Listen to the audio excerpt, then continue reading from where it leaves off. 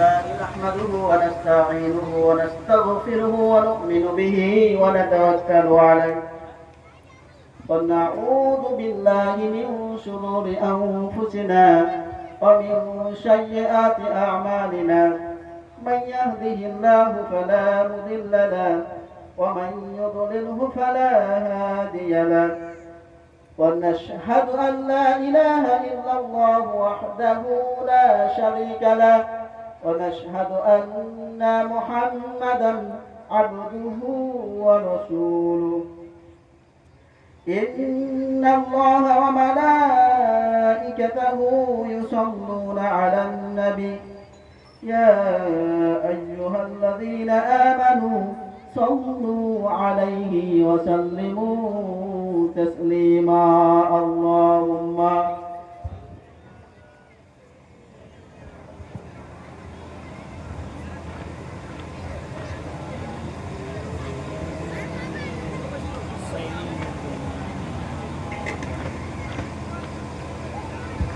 সুবদিতে জলসাই গিয়েছিলাম আপনারা যেমন ভাবে বললাম ভাইজান এখানে যে যিনারা বসেছেন আপনাদেরকে এক্ষুনি হসপিটাল থেকে ছেড়েছে নাকি এত আস্তে আস্তে বলছেন কথা বলে আমার যখন অপারেশন হয়েছিল কানের অপারেশন তখন ডক্টর বলেছিল আস্তে আস্তে কথা বলবে বেশি জোরে কথা বললে অসুবিধা তো আমি হসপিটাল থেকে যখন ছাড় পেয়েছিলাম আস্তে আস্তে আস্তে আস্তে বলছিলাম দরুদ পড়ব নবীর শানে নবী সাল্লাল্লাহু আলাইহি সাল্লাম নিজে মুখে বর্ণনা করেছেন মান সাল্লা আলাইহি ওয়াহিদাতান সাল্লাল্লাহু আলাইহি আশারা যে আমি নবী আমার নামে একবার দরুদ পড়বে আল্লাহ পাক রব্বুল আলামিন তার জন্য 10টা রহমত দান করবেন সকলে বলুন সুবহানাল্লাহ একটু আস্তে আস্তে কও সুবহানাল্লাহ আর একটু জোরে উচ্চ স্বরে কও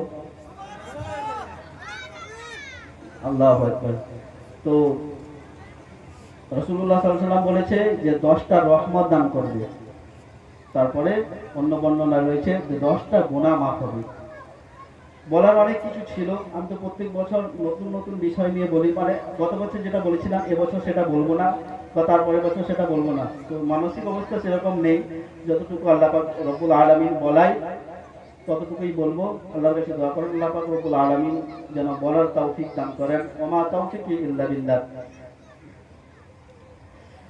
গোলাপ নীলাম গাধা নীলাম নীলাম রজনী গন্ধা মনের সুখে মালা গেথেছি সকাল হতে সন্ধ্যা মনের সুখে মালা গেথেছি সকাল হতে সন্ধ্যা একবার দেখা দাও যদি ওগো কামলিওয়ালা একবার দেখা দাও যদি ওগো কামলিওয়ালা হাসি মুখে পরাবো তোমায় হাজার ফুলের মালা হাবিবি ইয়া রাসূলুল্লাহ হাবিবি ইয়া হাবিবাল্লাহ সুযোগ পেলে পরাবো তোমায় হাজার ফুলের মালা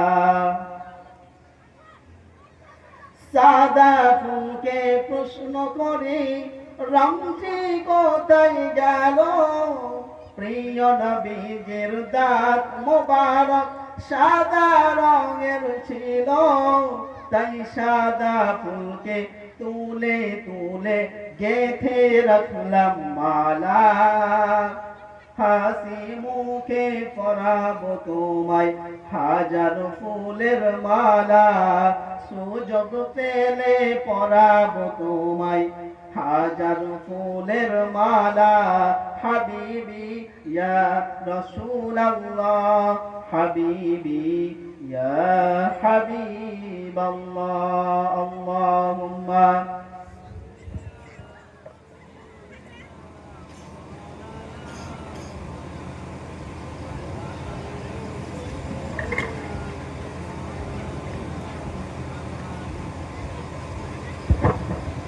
আমি লিখব চিঠি দেব তোমায় পাখি পৌঁছে দিও রওজায় আমি লিখব চিঠি দেব তোমায় পাখি পৌঁছে দিও মদিনায় নূরে মদিনা সোনার মদিনা সব ভুলে যাই কিন্তু তোমায় ভুলতে পারি না। নূরে মদিনা সোনার মদিনা সব ভুলে যাই কিন্তু তোমায় ভুলতে পারি না। তোমার বুকে শুয়ে আছে শাহে মদিনা, তোমার বুকে শুয়ে আছে শাহে মদিনা, সব ভুলে যাই কিন্তু তোমায় ভুলতে পারি না। আমি লিখব চিঠি দেব তোমায়, পাখি পৌঁছে দিও রওজায়। আমি থাকবো বসে এ আশায়, চিঠির উত্তর আসবে বড় গায়। আমি ঘুরবো মদিনার চারিপাশ, দু চোখে দেখবো সবুজে গম্বাজ। কবে আসবে মদিনার পয়গাম, গায়ে বাঁধবো হাজিদের ইহরাম। তৃষ্ণাই কাতর আমার এ মন, তৃষ্ণা মেটাবে কূফ জমজম। সে পানি মাখবো আমি আমার সারা গায়, পাখি পৌঁছে দিও রওজায়। আমি লিখবো চিঠি দেব তোমায়, পাখি পৌঁছে দিও রওজায়। আল্লাহুম্মা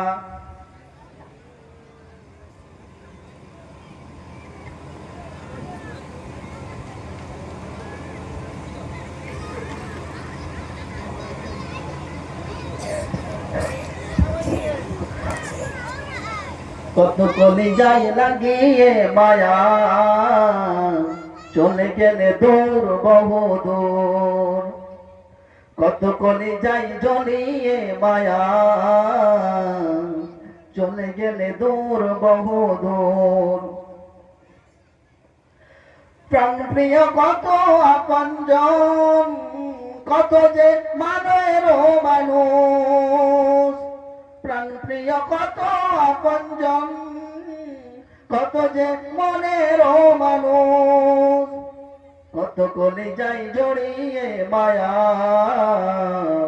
চলে গেলে দূর বহু দূর। কত কলিজায় জড়িয়ে মায়া, চলে গেলে দূর বহু দূর। এই গজলটা কেবলমাত্র প্রিয় মানুষদের জন্য, যিনারা অন্তরের অন্তঃস্থলে জায়গা রাখেন। আমরা জানি যে আমাদের ছেড়ে বিদায় নিয়েছেন। এই মজলিসে এক সময় তিনি রাজ করতেন। মজলিসে এক সময় তিনি মাইক ধরলে সবাই বলতো যে একজন আমাদের পূর্ব শামসাবাদের বিভিন্ন অন্যান্য জায়গায় গিয়ে নাম করে এসছে এমন একজন ব্যক্তি। আমাদের মধ্যে কেউ কিন্তু এমন করতে পারে না। আমরা বিভিন্ন ডিস্ট্রিক্টে গিয়ে সম্মান অর্জন করাটা খুব সহজ বিষয় না, কষ্টের বিষয়। আমাদের সম্মুখেই শুয়ে রয়েছেন, মনে পড়ে সেই সব কথা। তো তেনার সম্পর্কে বলেওছিলাম, সেসব কথা বলে তুলে আর ধরে লাভ নেই, সময় ব্যয় হয়ে যাবে। বুকটা কেমন করছে যে তিনি আজকের আমাদের মাঝে নেই। প্রিয় মানুষ, এরকম প্রিয় মানুষ ছিলেন সৈয়দ খালেদ হুজুর, পূর্ব মেদিনীপুরের খ্যাতনামা। তিনি আমাদের চাচাজান যেমন ছিলেন আমাদের পূর্ব শামসাবাদের একজন খ্যাতনামা, তেমনি পূর্ব মেদিনীপুরের একজন খ্যাতনামা ছিলেন, একজন ওলি ছিলেন, আল্লাহ ওয়ালা ছিলেন। তিনি ছিলেন আহমদুল্লাহ পীর সাহেবের জামাতা সৈয়দ খালেদ হুজুর। আমি ওনার জানাজায় গিয়েছিলাম, লক্ষ লক্ষ মানুষের সমাগম। একজন বাচ্চা, একজন আমার বয়সে, বাচ্চা বলা ভুল, আমার বয়সে কি আমাদের চেয়ে একটু কম বয়স হবে, ছেলেটা কাঁদছে। আমি ভাবলাম হয়তো ওর কিছু হারিয়ে টারিয়ে গেছে ওই জন্য কাঁদছে, বা কাউকে খুঁজে পাচ্ছে না ওই জন্য হাঁটছে। আমি তাকে জিজ্ঞেস করলাম, কি ভাই তোমার বিষয় কি, কাঁদছে কেন? তো শট করে চোখের পানিটা মুছে নিল। তারপরে এদিক ওদিক ঘুরে দেখছে যে আমি একা কাঁদছি, অন্যজন কাঁদছে না। তো তখন আমি বুঝলাম যে কিছু হারিয়ে যাওয়ার জন্য কাঁদেনি। পরে জিজ্ঞাসাও করলাম, হারিয়ে যাওয়ার জন্য কিছু হারিয়েছে বলতে পীর সাহেবকে হারিয়েছে, কিছু হারিয়েছে বলতে আল্লাহ ওয়ালাকে হারিয়েছে, কিছু হারিয়েছে বলতে সৈয়দ খালেদ হুজুরকে হারিয়েছে, সেই কারণে কাঁদছিল। আমাদের মধ্যে তো এমন মহব্বত হয়নি, আর উল্টে বলে পীর সাহেব আগে জাহান্নামে যাবে, চলা আমার নে তো কি হয়েছে, পীর সাহেব আগে জাহান্নামে যাবে, আল্লাহ ওলি আগে জাহান্নামে যাবে। নাউজুবিল্লাহ মিন যালিক। কলিজায় লাগে সব কথা বললে, কে বলে সব কথা? পীর সাহেব যদি জাহান্নামে যায় আমি কি মানুষ? পীর সাহেব যদি জাহান্নামে যায় সাধারণ মানুষ কি মানুষ? আমি কোথায় যাব? আমি তো জাহান্নামের প্রথম কাতারে চলে যাব। এরকম কথা কেউ বলে? পীর সাহেব আগে জাহান্নামে যাবে। আমি যদি বলি আমার বাবা মা আমি কিছু জানি না, আমি যদি বলি আমার বড় বড় ভাইরা কিছু জানেনি, আমি সব জেনে বসে গেছি, তাহলে বলে এর চেয়ে বড় বাদর আর কেউ নেই। বাপ জানেনি, বাপ সারাটা জীবন কাটালো, তার জীবন কাটিয়ে সে বাপ হয়ে গেল, আর তুমি ছেলে বলছো বাপ জানি না। তাহলে পীর যে আল্লাহ হয়েছে, যে আল্লাহ ওয়ালা হয়েছে, সে যদি প্রথমে জাহান্নামে যায় তাহলে আমি আপনি কোথায় যাব? পীর সাহেব যে ইবাদত করেছে আল্লাহ, পীর সাহেব যে পীর হয়েছে, পীর সাহেব যে আল্লাহ ওয়ালা হয়েছে, কি কারণে হয়েছে? তিনিও নামাজ পড়েছে, তিনিও রোজা রেখেছে, তিনিও হজ করেছে, তিনিও যাকাত দিয়েছে, তিনিও আমাদের মতো জীবন যাপন করেছে, কিন্তু জীবন যাপন করার মাধ্যম দিয়ে তিনি পীর হয়েছে। হাজার হাজার লক্ষ লক্ষ মানুষের মধ্য থেকে সবাই পীর হতে পারে না, সবাই নবী হতে পারে না, সবাই এই রকমের কোন ক্ষমতা থাকতে পারে না যে একজন ওলি হয়ে যাবে। নবীদের দরজা বন্ধ হয়ে গেছে, কি হয়েছে? ওলিদের দরজা কোনোদিন বন্ধ হয়নি, কাল কিয়ামত পর্যন্ত বন্ধ হবে না। ওলিদের কারামত যেমন ভাবে সত্য, ওলিও আসবে সেটাও সত্য। বোকার মতো প্রশ্ন করে পীর সাহেব জাহান্নামে যাবে। আরে কত বড় মানুষ, পীর সাহেবকে জাহান্নামী তুমি বানিয়ে দিচ্ছ, সার্টিফিকেট দিয়ে দিচ্ছ, তোমাকে কি আল্লাহ তাআলা দিয়েছে নাকি সার্টিফিকেট দেওয়ার জন্য? এসব বোকার মতো প্রশ্ন করলে বলে তুমি মানুষকে বোঝাও মাহফিলের মর্যাদা কি, তুমি মানুষকে বোঝাও নামাজ পড়লে তোমার কি উপকারিতা রয়েছে, তুমি মানুষকে বোঝাও আল্লাহ ওয়ালা হলে কি উপকারিতা রয়েছে, তুমি মানুষকে বোঝাও জিকির করলে কি উপকারিতা রয়েছে, তুমি মানুষকে বোঝাও জান্নাতে যাওয়ার জন্য কি কাজ করতে হবে। তুমি যদি ইসলামিক লিডারকে তুমি জাহান্নামী বানিয়ে দাও, দিয়ে বলো তোমরা জান্নাতে যাবে, এর চেয়ে ধোঁকা বানানো আর কিছু হয় না, এর চেয়ে বড় বোকা বানানো বেকুব সাব্যস্ত করা আর কিছু হয় না। কি করে বলে? আমার তো মাথায় কোশ্চেন আসে না, প্রশ্নের উত্তর আসে না। হ্যাঁ, পীর সাহেবকে মানিনি কোনো অসুবিধা নেই, হ্যাঁ আমি আল্লাহ ওয়ালাকে মানিনি কোনো অসুবিধা নেই, আমি জামাতি করি, সবাই তো জানে, তাবলীগ আছে, ফুরফুরা আছে, সবাই তো জানে, দেওবন্দি আছে, সবাই তো জানে, আহলে হাদিস আছে। তবে আমার কি ফায়দা আছে যে আমি বলবো ফুরফুরা জাহান্নামী, আমি বলবো পীর সাহেব জাহান্নামী, আমি বলবো দেওবন্দি জাহান্নামী? এটা তো নিজেদের মধ্যে কাদা ছোড়াছুড়ি হচ্ছে। আমি তাকে বলছি দেখ পীর সাহেব জাহান্নামে যাবে, আর আমি আবার উল্টে জামাতের বিরুদ্ধে বলছি দেখ ওরা জাহান্নামে যাবে, আবার আহলে হাদিস উল্টে বলা দিচ্ছে ও ফুরফুরাবি জাহান্নামে যাবে আর তাবলীগও জাহান্নামে, দুটো যাবে। তাহলে লাভ কি হচ্ছে? মানুষ বলছে যে এদের নিজেদের মধ্যে তো ঝামেলা, আমরা কি করবো, আমরা বলছেন তো ভালো আছি। আবার কে বলছে যে আলেম বক্তব্যটা তো জিভ কাটবে, ওই প্রথমে জাহান্নামে যাবে, জিভ কাটবে, উল্টা উল্টা কথা করে, যে করে সেটি আলেম। এরকম দ্বন্দ্বমূলক কিছু না বলে, ফিতনামূলক কিছু না বলে, ফাসাদমূলক না কিছু বলে আমরা বলবো যে কি করে মানুষ দিন ইসলামের দিকে আসে, কি করে মানুষ নামাজের দিকে আসে, কি করে মানুষ দিন ইসলামের কঠোর পরিশ্রমী কঠোর ইবাদত করে। দিন ইসলামের প্রতি কঠোর পরিশ্রম বলতে ইবাদত করবে, নামাজ পড়বে, রোজা করবে, ইসলামিক যে জীবন বিধান আল্লাহ পাক রব্বুল আলামিন কুরআনুল কারীমের মধ্যে বর্ণনা করে দিয়েছে সেইভাবে জীবন যাপন করবে, তাহলেই তো সে উত্তম মানুষ হবে। নাহলে আমরা যদি এখানেই কাদা ছোড়াছুড়ি করে ও জাহান্নামে যাবে, এ জাহান্নামে যাবে, সে জাহান্নামে যাবে, সব লোক জাহান্নামে যাবে, জান্নাতে কে যাবে? জান্নাতে যাওয়ার জন্য তো নিজেদেরকে ব্যবস্থা করতে হবে, নিজেদেরকে আমল করতে হবে, নিজেদেরকে নিজেদের পরিশ্রমের মাধ্যম দিয়ে, আল্লাহর ইবাদতের মাধ্যম দিয়ে, আল্লাহর উপাসনার মাধ্যম দিয়ে আমাদের আল্লাহর সন্তুষ্টি অর্জন করতে হবে। আমার টপিক এটা ছিল না, আমার টপিক ছিল আলাদা, কিন্তু বলতে বলতে এসব এসে গেছে। আল্লাহ পাক রব্বুল আলামিন আমাদেরকে বোঝার এবং আমল করার তৌফিক দান করুন।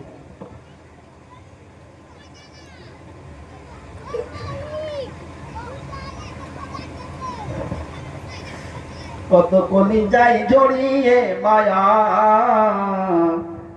চলে গেলে দূর বহু দূর, কত কলিজায় জড়িয়ে মায়া, চলে গেলে দূর বহু দূর। প্রাণপ্রিয় কত যে মানুষ, কত যে আপন ছিল, যাকে প্রাণপ্রিয় করে মনে দিলাম ঠাই। প্রিয়জন আর সে মানুষ মনের মাঝে নাই, এ বিরহ সয় না মনে, হৃদয় যে চোর চোর, মনে যাই জড়িয়ে মায়া, চলে গেলে দূর বহু দূর। মনে যাই জড়িয়ে মায়া, চলে গেলে দূর বহু দূর। প্রাণপ্রিয় কত আপনজন, কত যে মনের মানুষ, কত আশিক কাঁদে তোমার বিদায়ী শোকে, আপন করে কে আর নেবে ভালোবেসে বুকে, কত আপন কাঁদে।